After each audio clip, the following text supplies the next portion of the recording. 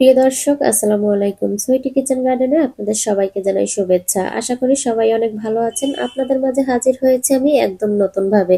যারা আগে আমার ভিডিওগুলো দেখেছেন কন্টিনিউ, তারা অবশ্যই লক্ষ্য করবেন এবারের ভিডিও কিন্তু একদমই আলাদা। অনেক সমস্যার পরে আমি আবারও আপনাদের মাঝে হাজির হয়েছি খুবই সাধারণ রান্না নিয়ে। আজকে আমি রান্না করব মুরগির মাংস নতুন আলু দিয়ে পাতলা ঝোল। এই রান্নাটা কিন্তু সাধারণ মনে হলেও এটা কিন্তু খেতে অনেক বেশি সুস্বাদু। প্রথমে চুলায় প্যান বসিয়ে আমি তেল দিয়ে দিয়েছি, তারপরে দিয়েছি পেঁয়াজ বাটা, আদা বাটা, রসুন বাটা, এবার দিয়েছি লবণ, তারপরে দিয়েছি মরিচের গুঁড়া, হলুদের গুঁড়া, জিরার গুঁড়া দিয়েছি, ধনিয়ার গুঁড়া দিয়েছি। আর লবণটা কিন্তু প্রথমেই একদম বেশি দেওয়া যাবে না, লবণটা চেক করে তারপরে আবার দিতে হবে।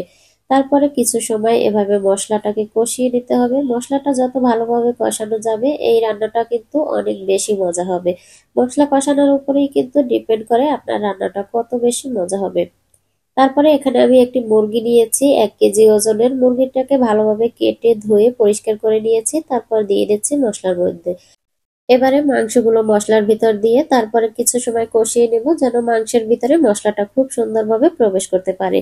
আর এই রান্নাটা কিন্তু অনেকেই দেখেছি আমি আলু আর মাংস একসঙ্গে দেয়, তারা কিন্তু এই ভুলটা করে। এই ভুলটা করা যাবে না, মাংস কিছু সময় কষানোর পরে আলুটা পরে দিতে হবে। তা না হলে আলুটা কিন্তু বেশি সিদ্ধ হয়ে একদম গলে যাবে, আলুটা কিন্তু আস্ত থাকবে না। আলুটা এমন থাকবে যেন আস্ত থাকে আবার নরম হয়ে যাবে। এভাবে রান্না করে দেখবেন, মাংসটা কিন্তু খেতে অনেক বেশি মজা হবে। আর এর মধ্যে কিন্তু আমি গরম মশলা দিয়েছি, দারচিনি, এলাচ এবং লবঙ্গ। সেটা ভুল করে আমি দেখাতে পারিনি, তার জন্য খুবই দুঃখিত। মশলা ভালোভাবে কষানো হলে খুব সুন্দর একটা স্মেল আসবে, সেটা কিন্তু আপনারা রান্নার মাঝেই দেখতে পারবেন। লবণটা চেক করে আবারও লবণটা দিয়ে দিয়েছি স্বাদ মতো, যেন লবণটা একদম পারফেক্ট হয়। যে কোনো রান্নায় লবণ যদি স্বাদ মতো না হয় বা পারফেক্ট না হয়, তাহলে কিন্তু সেই রান্নাটা একদমই ভালো লাগে না। লবণ এমন একটা জিনিস যেটা বেশি হলেও খেতে ভালো লাগে না, কম হলেও খেতে ভালো লাগে না। তাই প্রত্যেকটা রান্নায় বিশেষভাবে খেয়াল রাখতে হবে লবণের প্রতি, যেন লবণটা একদম পারফেক্ট হয়। মাংসটা ভালোভাবে কষানো হয়ে গেলে তারপরে আমি পরিমাণ মতো পানি দিয়ে দেব। আর আমি প্রথমেই বলেছি আজকের মাংসটা কিন্তু আমি ঝোল ঝোল রান্না করব, নতুন আলু দিয়ে মুরগির পাতলা ঝোল, তাই পানির পরিমাণটা আমি একটু বাড়িয়ে দিয়েছি। আর নতুন আলু দিয়ে মাংস রান্না করলে একটু পাতলা ঝোলই রাখতে হয়, কারণ রান্নার পরে কিন্তু ঝোলটা অনেকটাই শুকিয়ে যাবে। মাংসের মধ্যে আলু ব্যবহার করলে আলু কিন্তু অনেকটাই পানি চুষে নেয়, তাই পানির পরিমাণটা একটু বেশি দিতে হবে।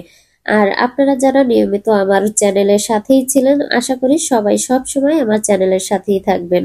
আবারও আপনাদের সাহায্য পেলে আমি নতুন ভাবে শুরু করতে চাই আমার চ্যানেলের সাধারণ রান্না বান্না।